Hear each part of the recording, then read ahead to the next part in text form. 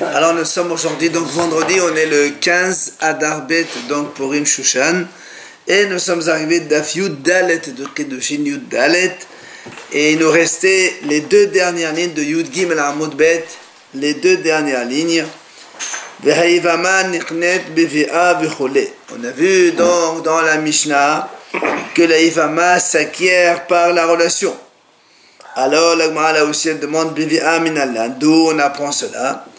Alors on ramène le pasuk à Malkara. Yivama yavo aleha urkaha lo leisha. Tout simplement, le pasuk dit que le Yavam il va avec elle et ça devient sa femme. Alors la Gemara dit très bien, ve'em alechola milta ki isha. Puisqu'il y a marqué aussi, il la prendra pour femme. Peut-être, il y a les autres modes aussi, il peut l'acquérir, c'est-à-dire avec l'argent ou avec un shtar. Alors l'homme a dit non, la salka d'adir, tu ne peux pas penser cela. Pourquoi? Détania, parce que nous on a vu, la Breta elle dit comme ça. Yachol yihu kesef ushtar gomrim ba keder sheba gomeret ba. Talmud lomar vi bema bi'a gomeret ba ve'en kesef ushtar gomrim ba. On m'a dit parce qu'on a une bataille qui enseigne, elle dit comme ça. Est-ce qu'on pourrait dire que l'argent ou le shtar peuvent acquérir la Ivama comme la relation? On m'a dit, elle a répondu là-bas, la bataille, elle a dit non. Étant donné qu'il y a marqué dans le passage Vi Bema, ça veut dire que seulement Bi'a Gomeret Ba, seulement la relation acquiert la Ivama, mais pas le Kesef et le shtar. Alors on m'a dit Ve'emama Vi Bema Deva'al Korha Miyabem. Elle m'a dit, pourquoi tu dis que Yibama, nous on a dit Yibama, ils vont aller à Yibama, ça veut dire que Bi'al Korha Miyabem. Parce que toi tu as dit malgré elle. Alors, justement, qu'on a fait la dracha comme ça. Qui t'a dit que tu veux la dracha comme ça, hein?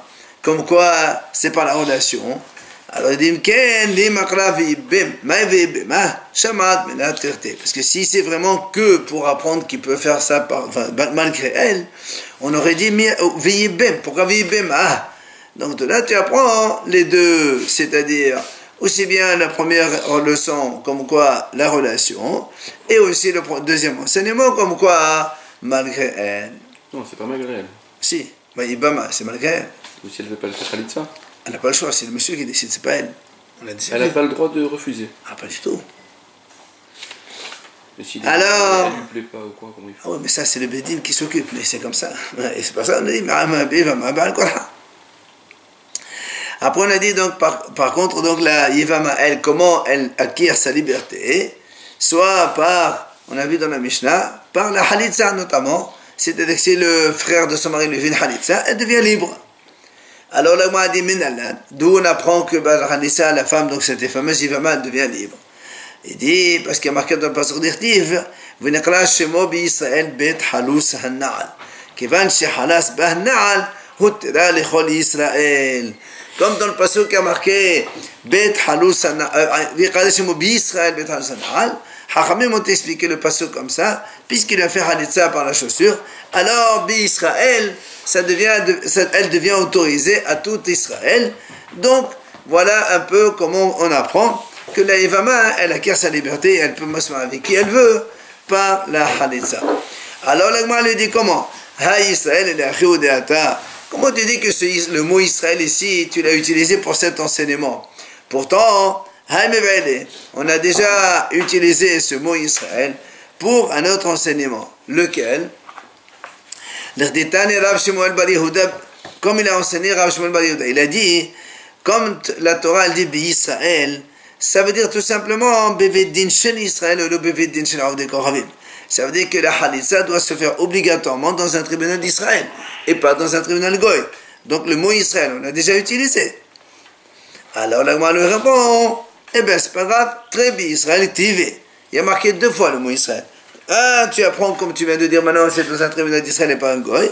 Et l'autre, tu apprends que Israël, comme on a dit au début, que par la Halitza, elle devient libre et elle peut se marier avec tout Israël.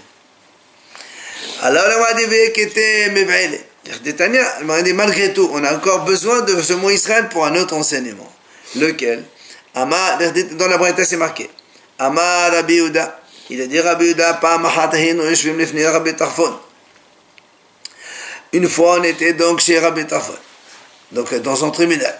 Uvata Yivama la Halutz. Et elle est venue Yivama pour faire une Halitza. Alors Rabbi Tarfon nous a dit, il nous a dit de répondre, de dire, quand il fait la Halitza, dites tous, Halus Anal, Halus Anal. Tu vois bien que le mot Israël, c'est pour dire aux Juifs présents de dire cela. Donc, on ne apprend toujours pas qu'elle peut se marier avec tout Israël. Alors il répond, il dit non, ça c'est cet enseignement, on n'apprend pas de mot Israël, on apprend de Venikra Shemo, c'est-à-dire les gens ils vont dire cela. Et donc les deux Israël qui nous restent, un c'est pour Bedin Israël et Pagoy, et l'autre c'est pour dire que la Halutza, elle se libère, elle peut se marier avec qui elle veut par la suite. La deuxième façon par laquelle la Yevama elle acquiert sa liberté, c'est Ufmitat Hayavam. C'est par la mort donc du Yavam. Si le Yavam il meurt, évidemment, elle devient libre, elle peut se marier avec qui elle veut. Alors la a dit Menalan, d'où on apprend cela? Mais si un autre frère. Ah non, c'est un autre frère, c'est sûr. Menalan, d'où on apprend cela? Alors on a dit, on fait Kalva Homer, on fait un raisonnement fortiori, comment? On dit, Oma Eshet Ish, Shehi Behener, Metatabal Materata, Yivama Shehi Belav Lachol Sheken. On a dit, c'est simple, on fait un raisonnement fortiori. On dit comme ça, si déjà une femme mariée, que normalement, si elle va avec un autre, elle est Hayevet Hener, c'est la strangulation. Eh bien, malgré tout, quand son mari meurt, elle devient permise à tout le monde. Celle-là, la Yivama, même si elle va avec un autre homme en dehors du frère, il n'y a pas de haine qui est juste un commandement négatif. A fortiori que son mari meurt, elle devient libre. Ouais, c'est encore plus facile. Au lieu d'aller avec le frère, au lieu de faire Yiboum, elle va... Si elle va avec un autre juif, alors que c'est Assour. C'est Assour, mais c'est un commandement négatif. C'est pas haine comme Eshetish. Alors, a fortiori que si son mari meurt, alors évidemment elle devient libre. Alors, elle m'a dit non. Ce raisonnement Kalva il est donc objecté. Comment? Mal et Eshetish, je connais ça beget. Thomas Bezo, je connais ça beget.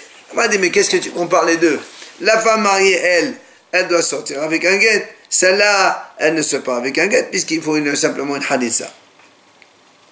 Alors il lui dit à un ami, elle sort pas halitza. Alors elle dit, elle sort pas baguette, elle sort pas halitza, c'est la même chose. Et là, la Madina, elle objecte autrement. Il dit, tu ne peux pas comparer la Yivama avec la femme mariée. Pourquoi? Parce que la femme mariée, qui c'est qui l'interdit? C'est son mari. C'est qui l'autorise? C'est toujours son mari. Alors que ici, la Yivama, qui c'est qui l'a mariée? Enfin, qui l'a interdit? C'est le premier frère. Et c'est qui l'a permis? C'est le deuxième. Donc c'est pas du tout la même chose. Alors, Amar Ravashi, Hanami Osamatila. Yavam Shanela. Ravashi dit, mais non, là aussi c'est pareil. Quand le Yavam il est présent, le frère, donc il est là, la femme elle est interdite. Et quand lui meurt, alors il autorise. C'est la même chose.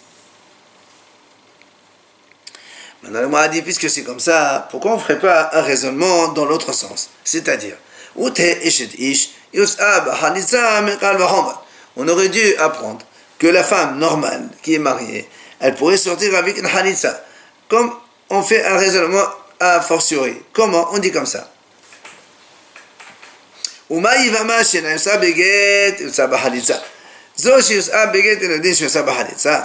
dit si déjà la Yivama, qui normalement elle ne peut pas sortir avec un divorce, elle est obligée de faire ou Yiboum ou Halitza.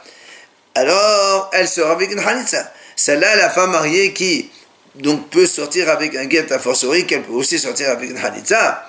Alors pourquoi on ne dirait pas qu'une femme mariée elle peut sortir avec une Halitza? Il lui dit c'est pas possible. Amadkala, ça on le sait déjà. Sefer Kelitut.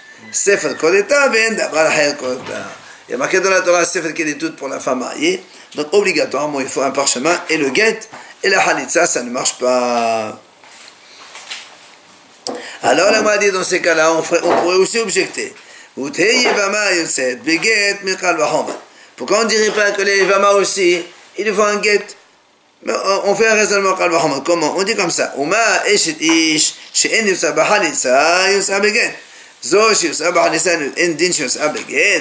Il dit non. Pourquoi on ne fait pas un kalahama comme ça? On dit si déjà la Yivama, si déjà la femme mariée qui ne peut pas sortir avec une halitza, Donc elle doit sortir avec un guet. La Ivama qui elle peut sortir avec une Khalissa, il faut savoir qu'on peut lui donner un guet aussi. Donc ça devient un bon raisonnement pour dire que la Ivama peut sortir avec un guet. A fortiori, pourquoi? A fortiori. Non, mais pourquoi a fortiori? Ben voilà. L'autre, la femme mariée, elle sort pas avec une Khalissa, elle sort avec un guet. Celle-là qui sort avec une Khalissa, a fortiori qu'elle sort avec un guet. Quand on a l'avantage, on conclut. Amalkra, l'Agmal répond non. Pourquoi non? Parce qu'il y a marqué Kacha dans la Torah. Il y a marqué Kacha, il y a la Isha Shel Livnet et Bet Ahiv. Comme il y a marqué Kacha comme ça, Hachamim disent Vekacha Aïkouva. Le mot Kacha, c'est un empêchement. C'est-à-dire qu'il n'y a que ça et pas autrement. Donc, la Ivama ne peut pas sortir autrement. Par un guet, ça ne marche pas, mais uniquement par Hanitza, parce que la Torah le dit Kacha, c'est comme ça. On n'a pas vu des cas où on doit faire ni Gad ni Khalitsa, ni Khalitsa ni Boum. Ah, c'est impossible. Et Ivama, c'est impossible. Alors, la Gemara dit, Vechol Hechad Ekai Kubal Adas Shekal Homer. Elle dit, et alors, tu m'as dit, parce qu'il y a marqué Kacha, alors, c'est pour ça donc je ne peux pas apprendre. Ça veut dire que ton Kal Homer, tu ne fais pas Ka parce qu'il y a marqué Kacha. Il dit, pourtant, voilà, Yom Kippourim. Voilà, on a vu un cas où il y a marqué aussi un mot qui signifie empêchement, c'est-à-dire donc c'est impératif que c'est comme ça. Et pourtant, quand on a un Kal Homer, on le fait quand même. C'est quoi? Il dit, il parle du jour de Kippour. Dirtiv, dans la Torah, à propos de Kippour, on le sait tous, que le Kohen Gadol, il fait un tirage au sort pour donc sélectionner un Sa'ir pour Hachem et un autre Sa'ir, un autre bouc pour la Azazel. Oui? Alors, il y a marqué, il dit la Torah comme ça. Il y a marqué le mot Goral. Donc, d'accord, ça c'est le Goral de Kippour. Pour choisir les deux boucs. Et il y a marqué aussi Houqa. Il y a marqué aussi Houqat Olam Ledolotam. C'est-à-dire que c'est une loi, quand on dit Houqat Olam, c'est-à-dire c'est comme ça doit être et pas autrement. Vetania, et pourtant la Braïta dit comme ça. C'est marqué Ve'asao Hatat. Lorsque le Kohen Gadol, il fait un tirage au sort, et il tire le Sa'ir pour Hachem, et donc ça, il dira, ça c'est Hatat pour Hachem. Et la Braïta dit comme ça. Hagoral ose Hatat. Ben Hachem ose Hatat. C'est le Goral qui fait que le bouc, celui-là, il est Hatat destiné pour Hachem. Et si le Kohen, sans faire Goral, sans faire un tirage au sort, il dit voilà, celui-là il va pour Hachem, ça vaut rien du tout. Tant qu'il n'a pas fait le Goral, c'est rien. Donc Hachem, la nomination, ça vaut rien du tout. Pourquoi? Parce qu'il m'a dit, moi, chez Achol, j'aurais pu faire un Kalvahoma. Comment? J'aurais dit comme ça. Va le dinu. Uma, b'makom shelo kiddesh ha-goral, kiddesh Hashem. Makom shekaddesh ha-goral, enodin shekaddesh Hashem. Voilà comment j'aurais pu faire. J'aurais dit comme ça. Si déjà, b'makom shelo kiddesh ha-goral, nous on sait, quand ce qu'on appelle les qidnin, vous vous rappelez, qidnin c'est les nids d'oiseaux, c'est-à-dire on apporte deux oiseaux, un pour Hatat, un pour Ola. Alors on a vu déjà avant, et le qen, il ne se... Ça quand est-ce qu'on choisit? Ça c'est pour Hatat, ça c'est pour Ola. C'est ou quand les Béranim ils les achètent, ou même si le Béranim il amène deux, le Kohen il fait, c'est le Kohen qui décide. Ça c'est Hatat, ça c'est Ola, ça n'a pas d'importance. Mais si, imagine que le Baal il achète deux oiseaux, et il fait un tirage au sort. Un monsieur, il fait un tirage au sort. Ça tombe un oiseau Hatat, un oiseau Ola. Ça vaut rien du tout. Il peut changer comme il veut. Donc c'est pour ça qu'il dit comme ça. Si déjà, donc, comme sur le Kedesh Goral, quand le Goral il vaut rien dans ces deux oiseaux-là, pourtant Kedesh Hashem, si le Baal il dit ça c'est Hatat, ça c'est Ola, ça marche. Comme sur Kedesh Goral et Kedesh Hashem, là où le Kohen il peut faire un Goral, la forcerie qu'en les nommant, ça pourrait marcher aussi. Alors la Gemara dit non, ça c'est un bon Kalahom seulement. Talmud Lomar ve'asahu Hatat. Comme la Torah a dit, c'est le Goral qui le fait Hatat. Ha-Goral ose Hatat ve'en Hashem ose Hatat. Donc tu vois bien que la Torah l'a bien précisé. Il n'y a que le tirage au sort qui peut désigner le bouc pour Hashem, Hatat, et l'autre pour Azazel. Et qu'est-ce qu'on voit ici la Gemara dit finalement, Vetama de Materla. Tu vois bien ici parce qu'on a eu un pasouk. C'est le pasouk qui a donc voulu que ça soit uniquement le Goral. Halavachi, s'il n'y avait pas de pasouk, on aurait fait un Kanohamat, national Kanohamat. Et le Gemara dit pourtant, va regarder Hukka, pourtant, il y a bien marqué Hukka, c'est-à-dire les Ekuva, comme on a dit tout à l'heure, quand il y a marqué Kacha, c'est les Ekuva, et on casse le Kanohamat. Et pourtant ici, on n'a pas cassé le Kanohamat. C'est pour ça que la Gemara, elle change. Amad Kna, la Gemara dit comme ça. Tu sais pourquoi? Parce que nous, n'oublions pas la première question. Pourquoi on ne dit pas que la Yivama, elle sort avec un guet par rapport à la femme mariée? Amad Kna, la velo la Yivama. Parce que dans la Torah, c'est marqué Vechatab. Là, le mari, il écrit à sa femme Sefer Kedetut. Là, pour elle et pas pour la Yivama. Alors, on m'a dit Ve'emala lishma. Pourquoi on ne dirait pas là, comme on a déjà appris avant? Ça veut dire l'ishma. Il faut qu'un homme, quand il écrit get, il écrit pour telle femme et pas pour une autre. Et là, on le sait, la Yivama, il n'y a pas besoin. On ne sait pas, justement, puisqu'on avait dit tout à l'heure. On la connaît. Et non, puisqu'on a dit on va faire Kaloham par la femme mariée. C'est la femme mariée, il n'y a pas de Halitza, il y a get. Elle qui a Halitza, forcément qui a get. Alors on m'a dit non, l'activé. Il y a marqué 2 fois le mot là. Un pour dire l'ishma. Et l'autre, c'est pour diminuer, donc là, velo levama. Alors il dit non. Il dit non, pourquoi je peux te dire que le mot là, un, on a besoin pour dire l'ishma, il faut écrire le get au nom de sa propre femme. Et l'autre, c'est pour dire, si un homme il a 2 femmes, il ne peut pas y faire un get et divorcer 2 femmes à la fois, parce qu'il faut la velo la haverta. Elle n'est pas une amie, elle, enfin une prochaine. Donc, d'où on apprend que la Yivama ne peut pas sortir avec un get. Elle a amad kera. La Gemara dit, c'est marqué dans le pasuk, Na'al, c'est-à-dire, il y a marqué le mot Na'al, la chaussure. Et donc la Torah elle dit, Na'al in midde aharin na'la. De là on apprend que la Yivama ne peut sortir qu'avec une chaussure et pas autre chose. Donc il n'y a que Halitza seulement. Alors la Gemara dit, pourquoi tu dis ça? Comment tu dis que de ce Na'al tu apprends cela? Pourtant, ce mot Na'al, on a appris un autre enseignement de cela. Lequel enseignement? L'Irdetania, comme la Braïta a enseigné. Na'alo, puisque la Torah dit Halsa Na'alo. Na'alo, sa chaussure. Alors nous, on a dit là-bas, elle a Na'alo. Donc, si on dit Na'alo, ça veut dire que la Halissa ne peut se faire qu'avec la chaussure de son beau-frère, le frère de son mari. Alors ici, elle utilise une autre chaussure. Elle utilise une autre chaussure que lui il porte. Est-ce que ça marcherait? Tu vois bien que, oui, il n'est pas obligé d'avoir une chaussure à lui. On prend une autre chaussure de quelqu'un et on lui met et elle fait la Halitza. Oui. C'est pas ça, il dit, donc tu vois bien que c'est pour inclure n'importe quelle chaussure. Alors, la m'a dit, si vraiment on peut utiliser n'importe quelle chaussure, alors pourquoi la Torah a dit Na'alo sa chaussure à lui alors? Elle dit, c'est pour te dire, même si on utilise une autre chaussure, il y a quand même des restrictions. Lesquelles? Il faut que ce soit Na'alo hara uilo. Il faut que ce soit une chaussure à son pied. Parce que Prat, à l'exception, ça exclut les gadol chez Enechol et Alechbo. Si tu lui mets, lui il a pointure 40, tu lui mets pointure 46, il ne peut pas marcher avec. Ça, donc tu ne peux pas avoir une halissa comme ça. Ou encore, Prat le Katan chez Enechol dans l'eau. Ou encore, c'est le contraire. Lui, il a un pied 46, tu lui mets un pied 40, il ne peut pas marcher avec une chaussure 40, ça ne marche pas. Et la Gemara continue à dire aussi, Prat. Et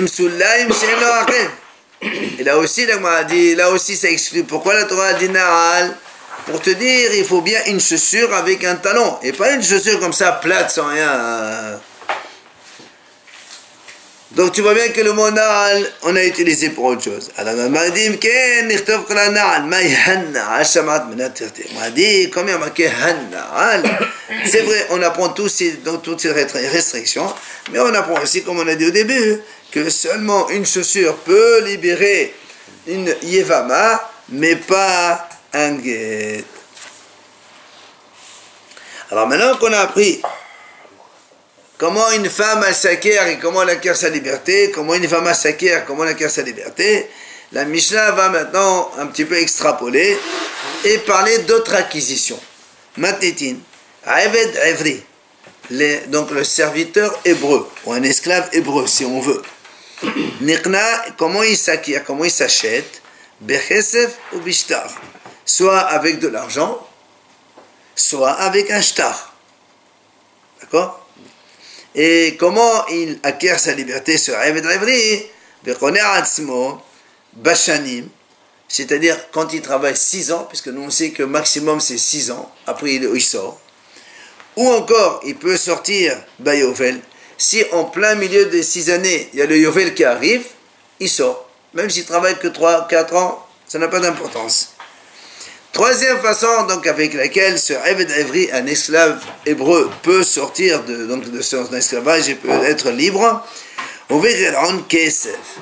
En Kesef, on a déjà vu ça. On a dit que si par exemple il a acheté pour 6 ans pour 6 000 euros, s'il a travaillé 2 ans et l'autre le Eved dit voilà j'ai gagné 4 000 euros, voilà je te donne 4 000 euros, je peux sortir. Là, on est obligé de le laisser sortir. Ou il a travaillé 4 ans, il reste 2 ans, il dit voilà je te donne 2 000 pour les 2 ans qui restent. Là, ce qu'on appelle Geron Kesef, donc diminution au prorata de nombre d'années qu'il a déjà travaillé. Voilà les 3 façons avec lesquelles un esclave hébreu, il peut sortir en liberté.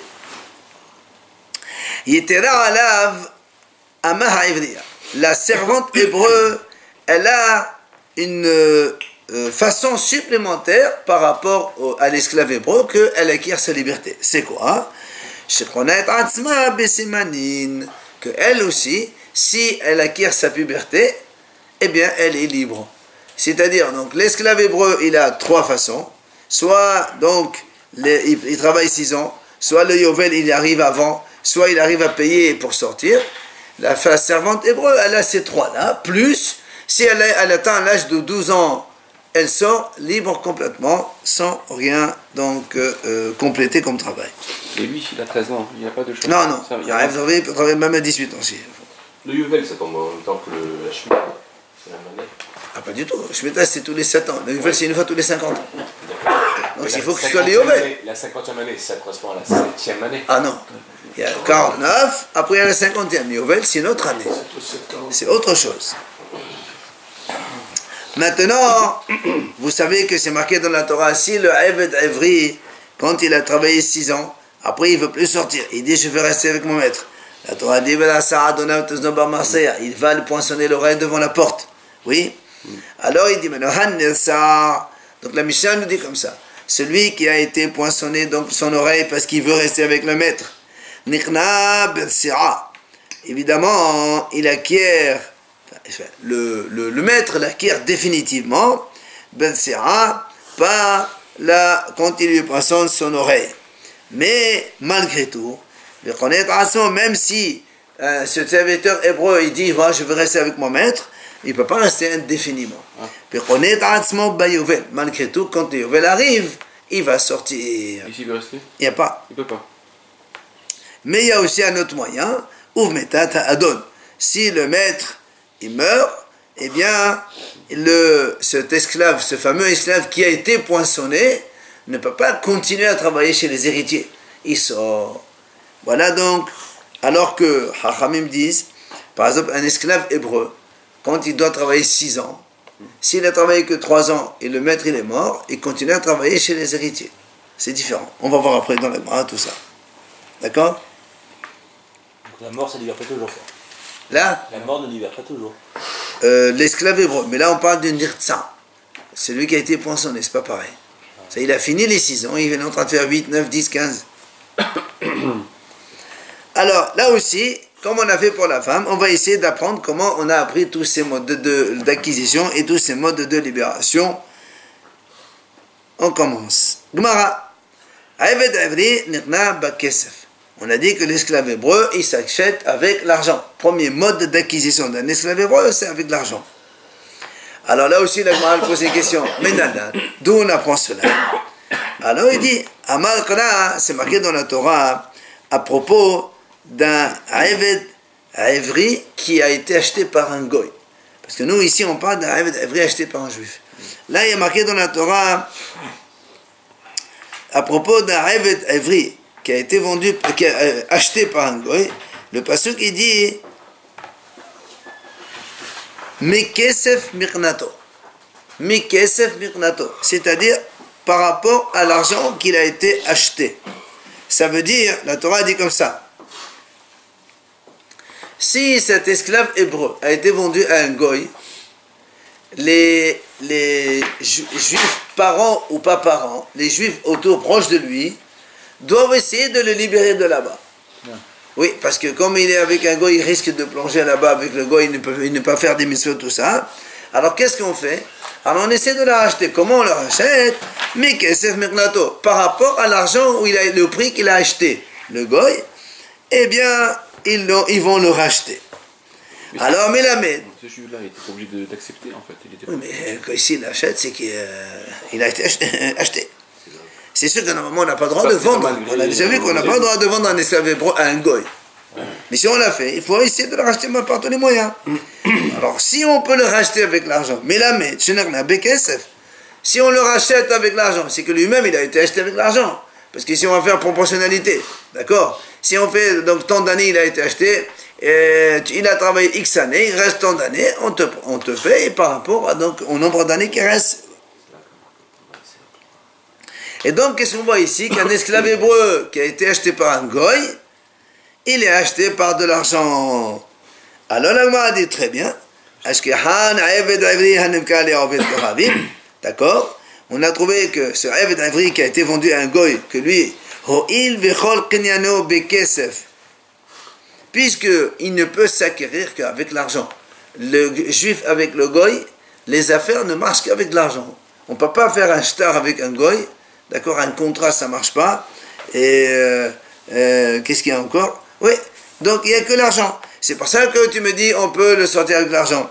Maintenant, mais s'il a été vendu à un juif, qui t'a dit que, c'est-à-dire un esclave vendu à un juif, qui t'a dit qu'il peut aussi s'acquérir avec l'argent, il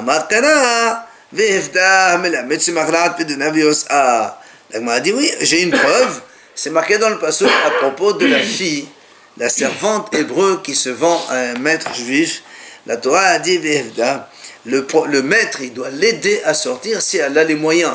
Comme on a dit tout à l'heure, si par exemple il a acheté pour 6 ans de travail et il a payé 6 000 euros donc la totalité, si la fille après 3 ans elle arrive, elle a de l'argent 3 000 euros, elle lui donne ces 3 000 et il est obligé de la libérer. C'est ce que la Torah dit vehevda. C'est-à-dire le mari, il la libère, il l'aide à se libérer dans la mesure où elle amène l'argent. Et donc tu vois bien que, on voit qu'une servante hébreu aussi, comment elle s'achète et comment elle se libère, avec de l'argent. Alors la m'a dit, très bien, je suis d'accord, la servante hébreu, oui, elle s'acquiert avec l'argent. Mais, je peux te dire, tu sais pourquoi la servante hébreu, elle peut s'acheter avec de l'argent, parce que aussi elle peut s'acquérir pour se marier avec de l'argent. C'est pour ça qu'elle peut aussi s'acheter avec l'argent. Mais la notre première question, un esclave hébreu, d'où tu sais qu'il s'acquiert avec de l'argent? La servante hébreu, elle, vu qu'elle se marie, elle s'acquiert pour mariage par de l'argent. Alors on a dit qu'elle se vend aussi par de l'argent.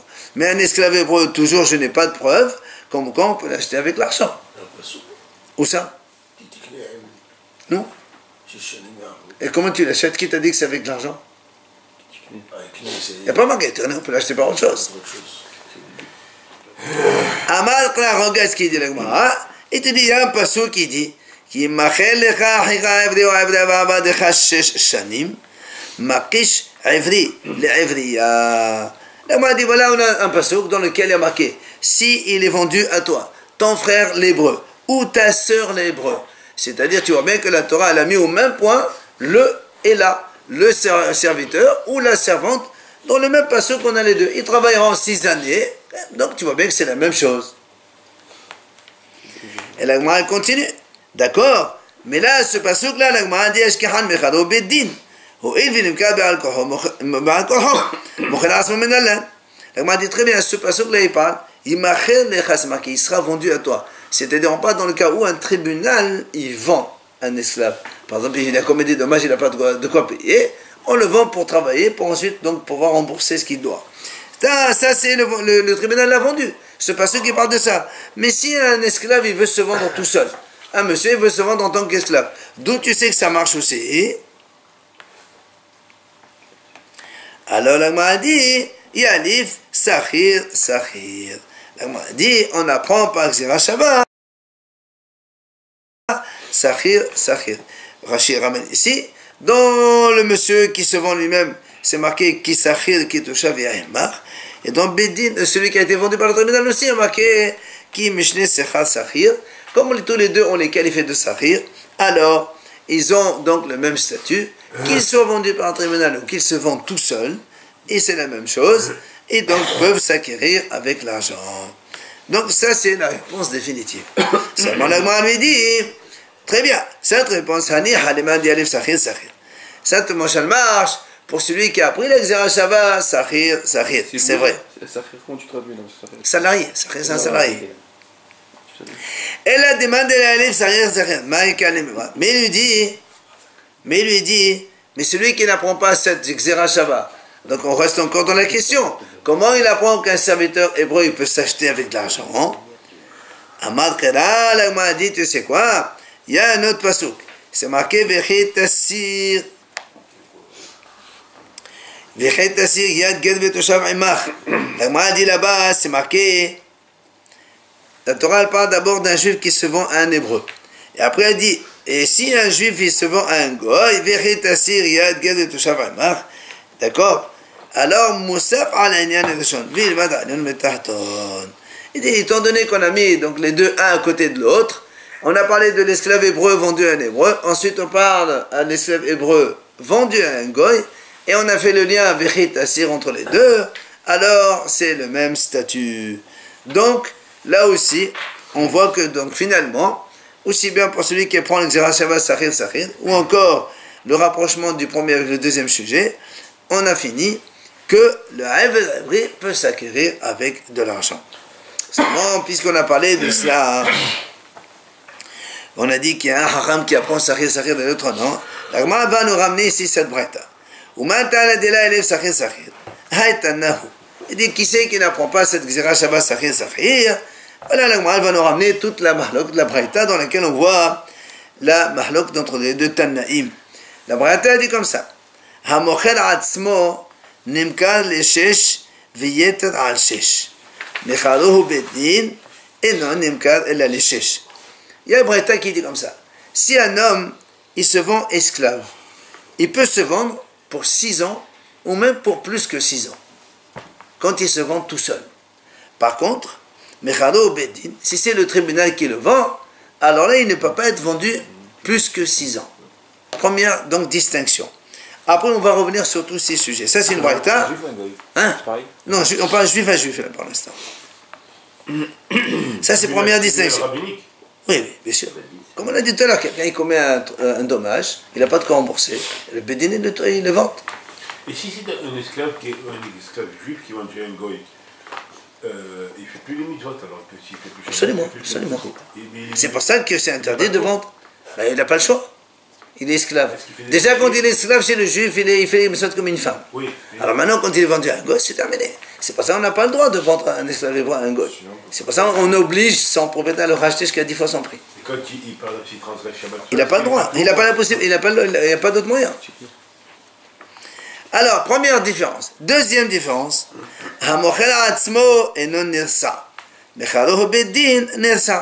Si quelqu'un se vend lui-même, et non ça. C'est-à-dire quand il se vend pour X années, après il est obligé de sortir. Il ne peut pas dire je veux encore rester, on poissonne le rein, ça n'existe pas. Poissonner le rein, ça n'existe que lorsque le bédin est le vend. Troisième différence.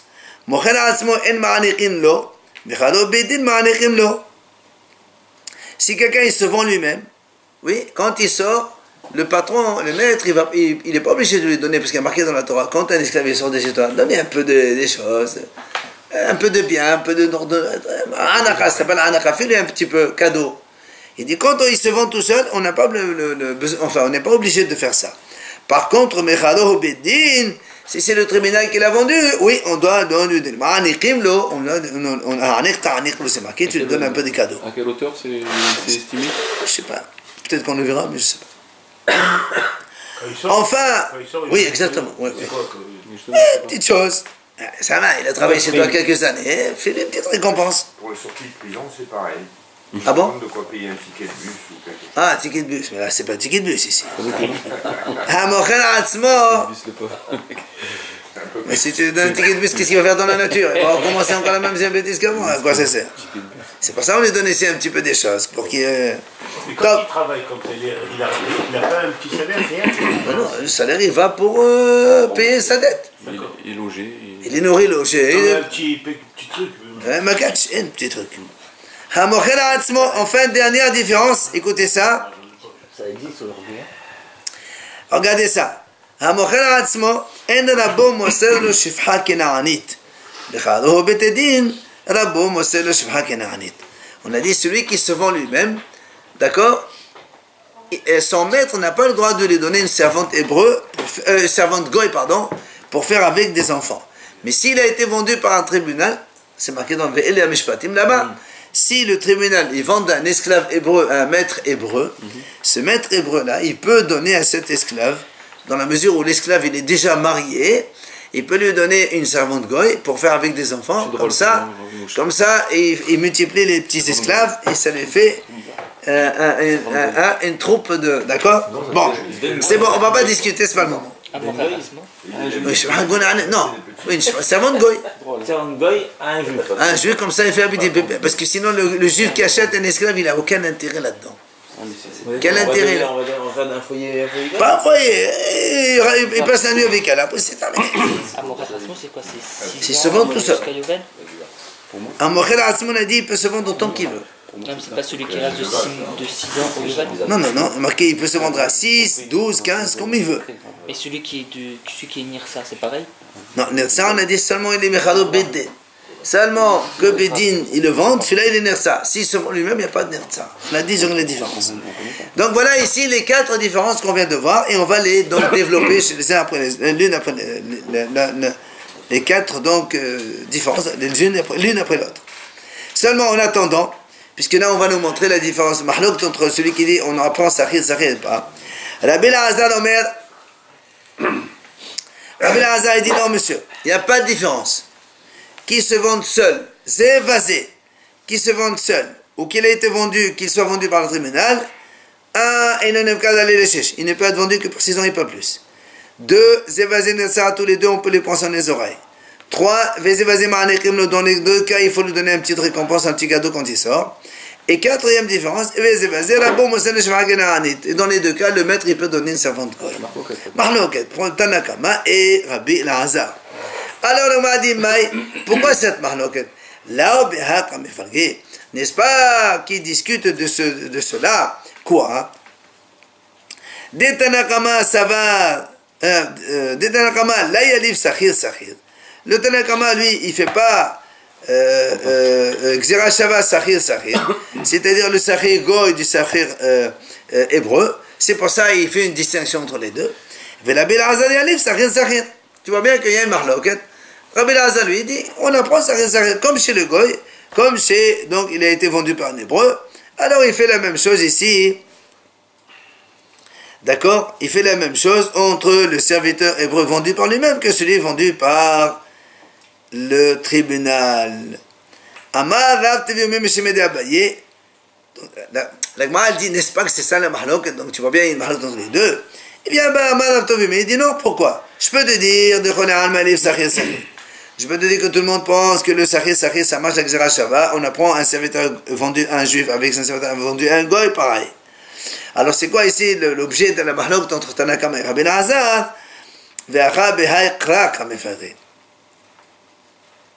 Ici, ils discutent de ce passouk-là. Lequel passouk?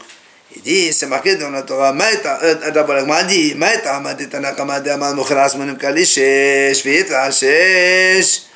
pourquoi le Tanakama, justement, il a dit que quand un esclave, il se vend seul, il peut se vendre à 6, et même plus que 6.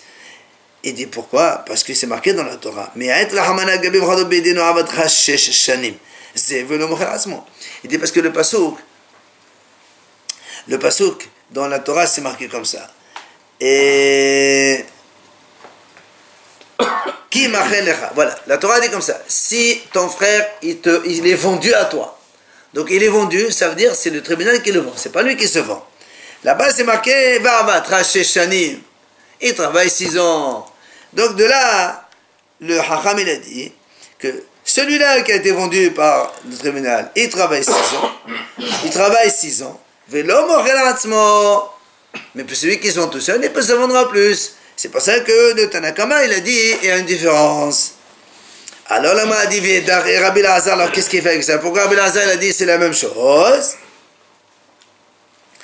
La m'a dit non, parce qu'il y a marqué aussi Va'avadecha. Quand la Torah dit Va'avadcha sheshanim, lui il dit Va'avadecha lecha velo leyoresh. Il dit, il apprend lui qu'il te sert à toi mais pas un héritier. C'est-à-dire que si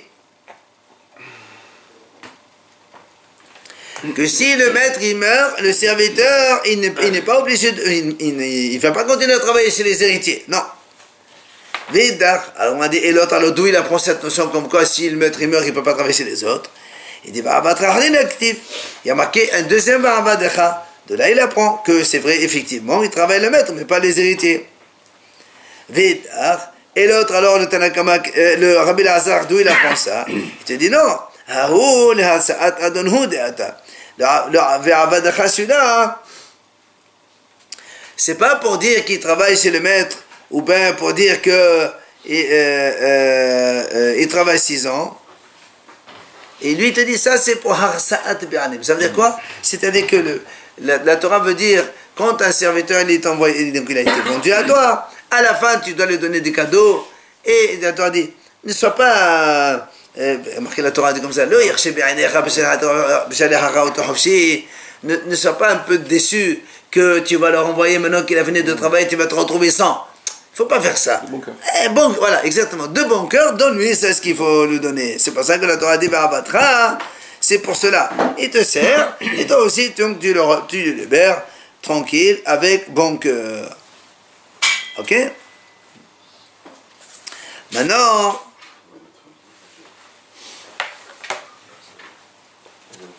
on peut juste commencer une seule, expliquer. On m'a dit quelle est la raison de Tanakama qui a dit que celui qui se vend, il ne peut pas être poinçonné. Seulement celui qui a été vendu par le tribunal, on peut le poinçonner. Quelle est la raison? Il dit parce que tout simplement,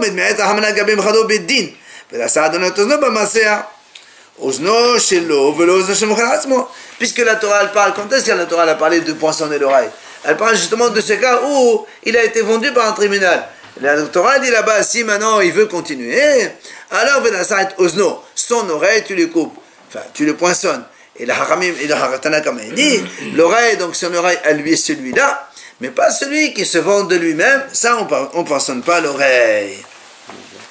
Ah, l'Agma a dit, et alors Rabbi Lazar qui a dit, lui, les deux on leur poinçonne l'oreille, qu'est-ce qu'il fait avec ce ozno là hein? Il te dit non, il te dit non, moi ce ozno j'ai utilisé pour autre chose, parce que j'apprends Xera Shava. Quel Xera Shava? Détania. Rabbi Lazar nomme Menaïl Sasheba Ozen Manit, Nemakan Ozen, Mananan Ozen, Malalan, Min Afkan Yamin. Alors on m'a dit, Rabbi Lazar il te dit non, moi je prends comme Rabbi Lazar, comme quoi? Pourquoi la Torah dit ozno? C'est pour te dire quelle oreille il faut poinçonner, la droite ou la gauche. Alors on fait Xera Shava avec l'Arcera donc du Metzora, que là-bas il met dans l'oreille le sang et dans l'oreille donc du Metzora, il a marqué l'oreille droite. Alors là aussi on apprend oreille droite, c'est pour ça qu'on a écrit ozno. Alors et l'autre, alors Tanakama, alors pourquoi il a marqué d'où tu apprends cette Xera Shava? Il te dit Imken le marla ozen, mais ozno. Ben si la Torah elle veut faire Xera Shava, pourquoi marque ozno? Marque ozen. Combien il a marqué dans Metzora ozen? Marque ozen. Si elle met ozno, ça veut dire c'est lui. Seulement lui qui est Nimkad Bevedin a été vendu par un tribunal, celui-là on lui poinçonne l'oreille et l'autre non. Ah, Vedar. Et l'autre alors Rabbi Lazar qu'est-ce qu'il fait? On peut aller ozno belozna. Il te dit non. Tu sais pourquoi la Torah a marqué ozno? C'est pour te dire quand est-ce qu'on poinçonne l'oreille? seulement au monsieur, seulement à l'esclave hébreu monsieur. Une servante hébreu, on ne poissonne jamais les oreilles. Ozno velo ozna. D'accord, c'est pour ça qu'on a marqué ozno. Ah, Vedar. Et l'autre, alors comment il apprend cet enseignement? Il te dit, il te dit ça, c'est pas besoin de ce mot-là, parce que dans la Torah il est marqué, si le serviteur il dit je veux rester avec mon maître, il n'y a pas marqué si la servante elle dit je veux rester avec mon maître. Donc c'est automatique, c'est le monsieur et pas la femme. Vedar, alors l'autre, alors puisque maintenant on a déjà un passage, qu'est-ce qu'il fait avec le osno en plus? Mais va il te dit non, parce que Yomal Ha'eved, lui, te dit ça, j'ai besoin, pour te dire que l'esclave, quand est-ce